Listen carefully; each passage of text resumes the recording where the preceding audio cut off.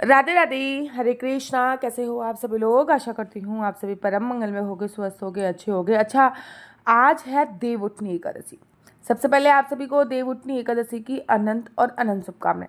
कोई कोई लोग आज के दिन देव उठाते हैं और तुलसी विवाह करते हैं। कोई कोई लोग केवल आज के दिन देव उठाते हैं और तुलसी विवाह द्वादशी वाले दिन भी करते हैं। तो तुलसी विवाह तो एकादशी से लेकर पूर्णमासी तक कभी भी किया जा सकता है, लेकिन देव उठाए आज ही जाते हैं। इस वीडियो में आज मैं आप लोगों को बताऊंगी देव उठाने की एकदम सरल विधि। किस तरीके से एकदम आसान तरीके से आप अपने घर पर देवताओं को उठा सकते हो। बहुत सरल विधि बताने वाली हूँ। मेरे ससुराल में, मायके में कैसे उठाए जाते हैं वो बताने वाली हूँ, और श्रीधाम वृंदावन में देवता कैसे उठाए जाते हैं वो बताने वाली हूँ। सबसे पहले तो देव उठान के लिए ना आपको एक देवों का चित्र बनाया जाता है। अगर आप देवों का चित्र नहीं बना सकते हो तो सिंपली आपके घर के आंगन, जो भी आंगन है, पहले तो देवता किसी भी कमरे में नहीं उठाए जाते। अगर आप खुले आसमान में देवता उठा रहे हो तो सबसे सर्वोत्तम है। खुले आसमान के नीचे देवता उठाना सबसे सर्वोत्तम होता है। लेकिन अगर खुला आसमान ना हो, जैसे कि बरामदा होता है या फिर आपके फ्लैट्स एरिया में रहते तो बालकनी है, अगर खुला एरिया ना हो तो फिर आप अपने घर के हॉल में देवता को उठा सकते हैं।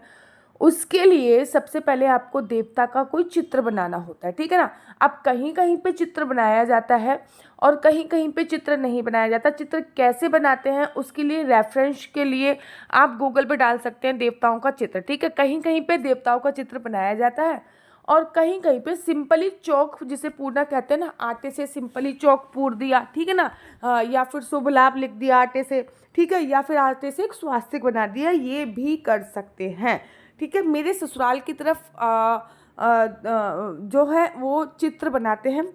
अब मैं अपने मायके की तरफ की बात करूँ तो वहाँ पे चित्र नहीं बनाते, आटे से चौक पूर दिया जाता है, चौक पूर दिया जाता है। और उसके बाद फिर वो जहाँ पे आपने वो चौक को पूरा है, मतलब स्वास्तिक बनाया है या फिर अष्टकमल दल बनाया है या फिर शुभ लाभ लिखा है, जो भी आपने नीचे ज़मीन पे कुछ भी चीज़ आकृति बनाई है, याद रखिए चावल से चौक नहीं पूरना, आटे से ही पूरना है। या फिर अगर आपको चित्र बनाने हैं तो आपको गेरू, एक लाल रंग की मिट्टी होती है, उससे चित्र बना सकते हैं। उसके बाद उसके दोपहर के समय ये काम करना होता है, अराउंड 1-2 बजे के आसपास। जो आपने चौक पूरा है या चित्र बनाया है उसके अंदर आपको एक तो रुई रखनी होती है थोड़ी सी, दूसरे नंबर पे आपको अनाज रखना होता है। आप गेहूं का उपयोग कर सकते हो। आप वैसे तो चावल का उपयोग भी किया जाता है, लेकिन चावल देवउठनी एकादशी पे यूज़ नहीं होता, तो गेहूं का उपयोग कर सकते हो, जौ का उपयोग कर सकते हो, तिल का उपयोग कर सकते हो। तो एक कटोरी में थोड़ा सा सबसे पहले अनाज रखिए, उसके बाद मूली रखिए, सिंघाड़ा रखिए, गाजर रखिए और गन्ना रखिए। गन्ना मोस्ट इम्पोर्टेंट है, सिंघाड़ा मोस्ट इम्पोर्टेंट है, मूली मोस्ट इम्पोर्टेंट है। मेक श्योर मूली जो होती है वो पत्ते वाली हो। एक ही मूली रखिए, लेकिन मूली रखिए, गाजर रखिए, सिंघाड़े रखिए, ठीक है ना। सिंघाड़ा रखिए। और साथ ही के साथ जब आप वो उसी में वहीं पे आपको एक चीज़ और रखनी है, और वो होता है एक दिया आपको रखना होता है। घी का दिया जलाना है और लंबी बत्ती का दिया जलाना है, इस बात का ध्यान रखना है। कहीं कहीं पे जैसे कि श्रीधाम वृंदावन में खील और बतासे भी रखे जाते हैं। हमारे यहाँ पे खील बतासों का विधान नहीं है तो श्रीधाम वृंदावन में खील और बतासे रखे जाते हैं, तो आपको खील और बतासे भी रखने हैं। सिंपल तरीके से आपने एक चौक पूर लिया, 12-1 बजे, 2 बजे तक, 3 बजे तक, 4 बजे तक भी आप ये कर सकते हो। चौक पूरने के बाद आपने ये सामग्री रख ली, एक मूली रख लिया, सिंघाड़ा रख लिया, ठीक है ना, रुई रख ली, एक दिया रख लिया, गाजर रख ली, गन्ने रख लिए। अब आपको अपने घर का कोई ना कोई बर्तन लेना है, वो आपको लेना है परात। और हाँ, दक्षिणा के तौर पे आप 51 रुपये या 101 रुपये दक्षिणा के तौर पे भी रख सकते हैं। तो आपने 101 रुपये या फिर 51 रुपये आपने दक्षिणा जो है वो रख ली। और उसके ऊपर आपको अपने घर का कोई बड़ा बर्तन रखना है। जैसे कि सबसे पवित्र बर्तन जो घर पे माना जाता है वो होती है परात, जिसमें आप आटा मारते हो।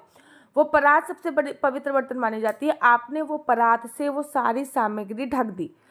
अब आपने ये एक देव सुला दिए हैं, ठीक है ना। उठाने से पहले हमको सुलाना तो पड़ेगा, ठीक है ना।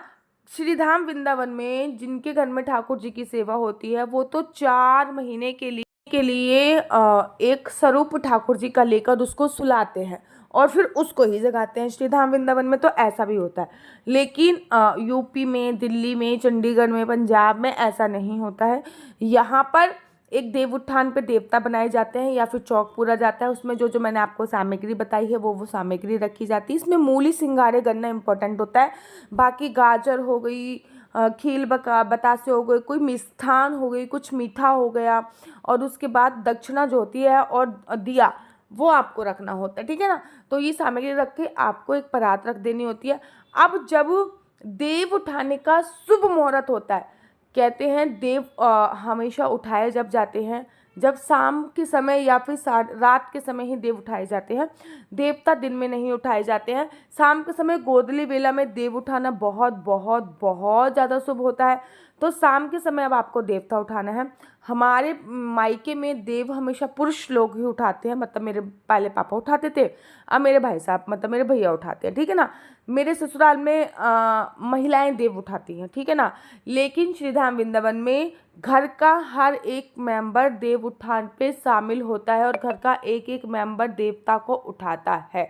कैसे करते हैं, श्रीधाम वृंदावन की बात बताती हूँ। फिर आपको क्या करना है, एक जो परात आपने ढकी है उस परात को थोड़ा सा ऊपर उठाना है, पूरा उठाना नहीं है, हल्का सा उठाना है, और जो दीपक आपने रखा है उस दीपक को जला देना है। अब परात को बजाते हुए, ये केवल एक मिथ है कि रात को घंटी नहीं बजेंगी, रात को शंख नहीं, जितनी आपके घर पे घंटियाँ हों, जितनी आपके घर पे शंख हो, जितना आपके घर पे तबले वगैरह हो, आप सबको बजाते हुए देवताओं को उठाना है। परात बजाइए और आपको गाना है उठो देवा बैठो देवा। देखो ये तो प्रॉपर एक गीत है, उठो देव बैठो देव उंगलियां चटकाओ देव है, जिसके ऊपर ऑलरेडी वीडियो मैंने अपने यूट्यूब चैनल पे बना रखी है, आप जाके देख सकते हो। वो प्रॉपर गीत गा सकते हैं। श्रीधाम वृंदावन में ये वाला गीत गाया जाता है और हर एक फैमिली मेंबर जो होता है उसका नाम लेके ये गीत गाते हैं। हर फैमिली मेंबर का नाम लिया जाता है, जितने आपके घर पे फैमिली मेंबर होते हैं सबका नाम श्रीधाम वृंदावन में लिया जाता है। अगर आप ये प्रॉपर गीत नहीं गाना चाहते तो आप बहुत सिंपल तरीके से बोल सकते हैं, उठो देव बैठो देव उंगलियां चटकाओ देव, उठो देव बैठो देव, उठो देव बैठो देव। बस इतना करके आप गीत गा सकते हैं। आषाढ़ में सोए देव, कार्तिक में जागे देव, आषाढ़ में सोए देव, कार्तिक में जागे देव, गन्ने का भोग लगाओ देव, सिंगाड़े का। अगर आपने जो भी सामान रखा हुआ है, कहीं कहीं पे ना श्रीधाम वृंदावन में बेर भी रखा जाता है, बेर का भोग लगाओ देव, गाजर का भोग, मतलब जो भी सीजनेबल फूड होते हैं, जो भी सीजन में आ रहे होते हैं, बेसिकली वो चीज़ रखी जाती है। गन्ने का भोग लगाओ देव, सिंगाड़े का भोग लगाओ देव, उठो देव बैठो। सिंपली आप बोल रहे हैं, पूरा गीत आप मत गाइए, बस इतना ही गाइए, उठो देव बैठो देव, गन्ने का भोग लगाओ देव, सिंगाड़े का भोग लगाओ देव, बेर का भोग लगाओ देव, उठो देव बैठो देव। ऐसा करते हुए आपको वो परात जो है वो बजानी है, लेकिन उसके नीचे का जो दिया है ना वो बुझना नहीं चाहिए, और परात पूरी उठा के नहीं बजानी, हल्की सी बस ऊपर करनी है और उसको बजाते हुए उसके बाद आपके देवता उठ जाते हैं। देवता उठने के बाद हमारे घर में, मैं पहले अपने घर का विधान बता देती हूँ। हमारे घर में बेसिकली क्या होता है, एक अग्यारी जलाई जाती है, बेसिकली कंडा जलाया जाता है। उस कंडे के ऊपर थोड़ा सा सिंगारे को तोड़कर रखा जाता है और उसके ऊपर हम लोग जो होते हैं गन्ने का रस जो होते हैं निचोड़ते हैं थोड़ा सा, ठीक है ना, और गन्ने का रस निचोड़ते हैं। और हमारे घर में जो सिंगाड़े और गन्ने होते हैं इनको 6 बार ऊपर नीचे किया जाता है, ये बोलते हुए उठो देव बैठो देव, उठो देव बैठो देव, उठो देव बैठो देव, ऐसे बोलते हुए कोई भी हमारे घर का पुरुष किया जाता है। फिर जो गन्ना और सिंगाड़ा है वो हम सब में डिस्ट्रीब्यूट कर देते हैं, पूरे परिवार में बांट दिया जाता है। अब हम लोग अग्यारी इसलिए जलाते हैं कि भगवान जो कुछ भी ग्रहण करते हैं वो केवल और केवल धूप के माध्यम से ग्रहण करते हैं।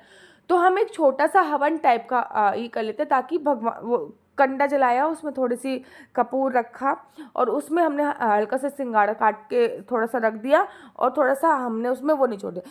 तो क्योंकि भगवान धूप के माध्यम से ही सब कुछ ग्रहण करते हैं, इसलिए भगवान तक वो भोग लगे, ठीक है। तो इस प्रकार से अगर आपके घर पे भी होता है तो आप कर सकते हैं, नहीं तो बहुत सिंपली ऐसा ही विधान है कि परात बजाते हुए देवता उठ दिए जाते हैं और फिर जो भी प्रसाद रखा होता है, जो भी प्रसाद इत्यादि यहाँ पे जो रखा होता है, वो प्रसाद सब में डिस्ट्रीब्यूट कर दिया जाता है। घर के हर फैमिली मेम्बर में ये प्रसाद डिस्ट्रीब्यूट कर दिया जाता है।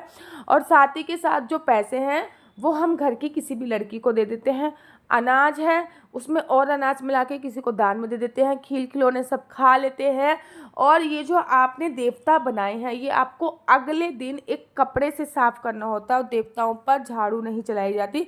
अगले दिन किसी कपड़े से साफ़ आपको करना है, या फिर आपने जो चौक पूरा है उसका जो आटा है वो आप चींटियों में डाल सकते हैं। इससे आपको डबल फल की प्राप्ति होती है। तो इस प्रकार से जो देवता है वो आप उठा सकते हैं। ये है देव उत्थान की बहुत सरल विधि। और मैंने 3 विधि बताई है, मेरे ससुराल, मायके और श्रीधाम वृंदावन में कैसे देव उठाए जाते हैं। श्रीधाम वृंदावन में परात बजा के, घंटी बजा के, शंख बजाकर देव उठाए जाते हैं। तो इस प्रकार से आप देव उठा सकते हैं। मेरा नंबर है 4 बार 9 20 25 65। मैं दोबारा से रिपीट करती हूँ, 4 बार 9 20 25 65। आपका बच्चा जॉब करेगा, बिजनेस करेगा, बिजनेस करेगा किस क्षेत्र में बिजनेस करेगा, जॉब करेगा किस क्षेत्र में जॉब करेगा, केवल आपको अपनी डेट ऑफ बर्थ भेजनी है। डेट ऑफ बर्थ के माध्यम से मैं आपकी प्रॉपर कुंडली बताऊंगी कि आपकी कुंडली में आपके अनुसार बिजनेस का योग है कि जॉब का योग, कुंडली के अनुसार संतान प्राप्ति का योग कब है, आपकी कुंडली के अनुसार आपकी बिजनेस करना है या फिर आपको जॉब करनी है, विवाह का योग कब बन रहा है, ये सभी जानकारी मैं आपको कुंडली के माध्यम से प्रोवाइड कराती हूँ। याद रखिए, कुंडली देखना बिल्कुल भी फ्री नहीं है, इसके थोड़े से चार्जेस हैं। और इस नंबर पे मुझसे किसी भी प्रकार से कोई क्वेश्चन पूछने के लिए फ़ोन मत कीजिएगा। अगर आपको मेरी वीडियो अच्छी लगती है तो आप अपना यूट्यूब चैनल हरि बोल को लाइक शेयर सब्सक्राइब करना बिल्कुल भी मत भूलिए।